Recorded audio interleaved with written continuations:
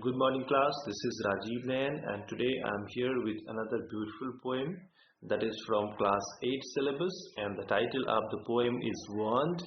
It has been written by Sylvia Stunt, who was born in 1928 and she died in 2018. Sylvia Stunt has been very famous for writing beautiful verse and especially conveying very deep or profound messages through her simple words. In this poem, she expresses her concern about the ecosystem that we have damaged beyond repair just because of our insane actions. We have not been thoughtful while exploiting the natural resources. That's why our own existence has been at stake. Pollution has become a huge problem. Greenhouse gases have created a kind of danger that our own existence is now at stake. So before I go on explaining the poem, let me read it out. The poem reads like this. The sands of time have rendered fear. Blue skies on high no longer clear.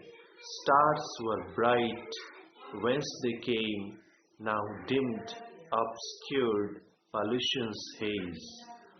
Crystal clear our waters gleamed, fish abundant, rivers streamed, ocean floors sandy white, now littered, brown, pollution's flight. Trees towered high above, trunks bearing professed love, birds chirping from sight unseen, gone, paper joined pollution's team. One can't blame pollution alone, as they say, you reap what you have sown. So let us plant a better seed, tear out old roots, cultivate weed. Protect what has been given for free, our waters, skies, wildlife and trees. For once they are gone, don't you say, consider yourself warned of that fatal day. She expresses her worries about the condition that we have created. We have littered the whole earth with poisonous gases, with all the rubbish or waste we can produce, and we have not just created any arrangement where they can be disposed of in an environment friendly way. Let us talk about the first stanza. This is a poem having 5 stanzas. Each stanza has 4 simple lines. In the first stanza, the poet says, the sands of time have rendered fear. It means whatever time humankind has spent on earth has created such a situation that everybody has to become afraid of what would come to him on earth. The times are very bad. Pollution has just hazed the whole sky. The sky is no longer clear. The stars don't twinkle that brightly. And when in olden times they shone or they twinkled from the sky, they were brilliant. With their shine, with their twinkle, with their gleam, with their lustre. But now the condition is completely different. They seem to be dimmed. They seem to be hazed. Obscured they are. Pollution has created a film between us and the stars in the sky, so we cannot see clearly through them. In the second stanza, he talks about water pollution. He just mentions how crystal clear the river water and all the water sources were in times that are bygone. He says, crystal clear our waters gleamed, fish abundant, rivers streamed. All the rivers were very clean. No pollution was there, and the water just gleamed brilliantly. It was as crystal as clear, and it was full of fish.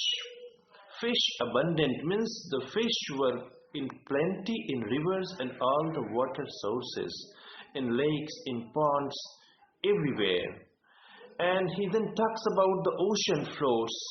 which once were sandy white. You could see through the surface of the water to the bottom, and it was just sandy white. But now everywhere you find the rubbish that humankind has thrown into the oceans, or they have been flown into the oceans through the rivers.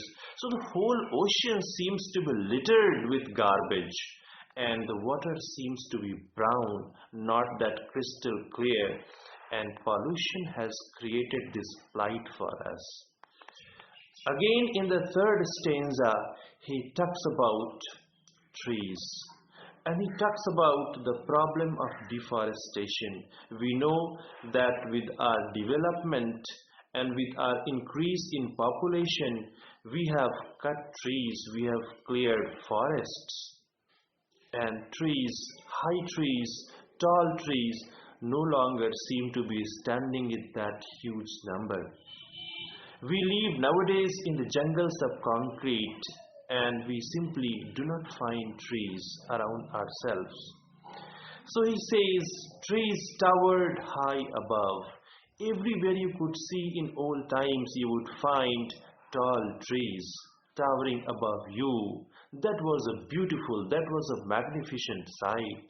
And huge trunks of those trees expressed their love for every creature that were on the earth. They provided shelter, food, and everything for whosoever came to them. The insects, birds, or animals, humans even, they provided for them. They did everything that they could, all the good they did. But what humans have done to them in return? They have cleared them. They have cut trees. Now their existence is very little. Now he says, trees towered high above, trunks bearing professed love, birds chirping from sight unseen. Now since trees are not there, so there is no question of the birds being in existence. In earlier times, from everywhere, hidden in the branches of the trees, you could hear them chirp. But nowadays, those chirping sounds are no more to be heard. You will never find birds playing, chirping, jumping around, flying around yourselves. And we have cut trees to create paper, to make paper that we use to write something or to record something. But that production of paper has led to two things. First, it has led to destruction of trees and forests. Second, it has created another kind of waste that has also added to this problem of pollution. Likewise, in the fourth stanza, he says that pollution alone cannot be blamed. Pollution is just one aspect, one cause of the problem. And especially, we have been acting in a very mad way.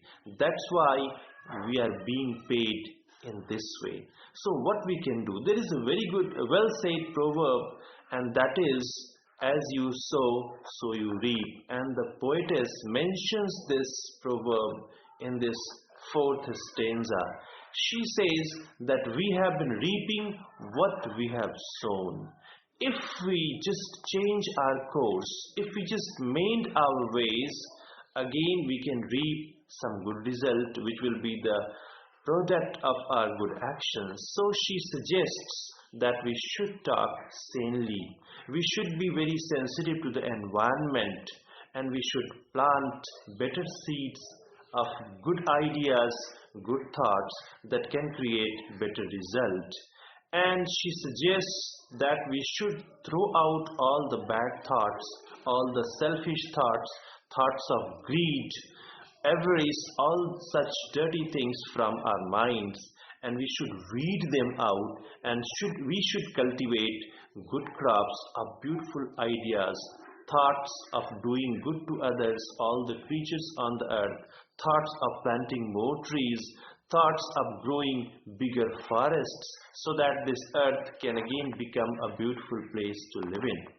In the last stanza, the poet says, protect what has been given for free. There are so many beautiful things that nature has provided us for free. We see that water, which is essential for our existence, is free. We don't have to pay any prices for it.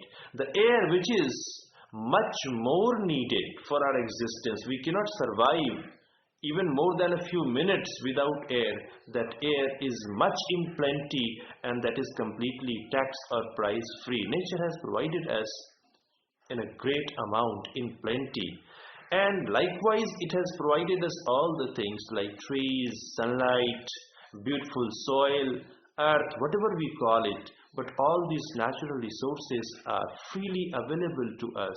Now it's up to us whether we respect them or whether we exploit them in the same mad way we have been doing. So she warns us rather, that protect what has been given for free: our waters, our skies, wildlife and trees. She warns at us that we should not be clearing forests or cutting trees. We should not be releasing poisonous gases into the atmosphere. We should not be dirtying our water sources, our lakes, our rivers, our ponds, or even our oceans. And she, in very strict words, says to us that if we don't do that, we should be ready to face that fatal day. That day would be of our annihilation, when our existence would come to an end. So she wants to convey to us that if we don't live in harmony with nature, we cannot survive for long. So instead of acting stupidly, we have to act wisely. We have to use all the resources, but we have to stop being greedy, and we have to use for our need, not for our greed. That's the message of the poem that she wants to convey. I hope you must have understood the poem. Thank you very much for watching this video.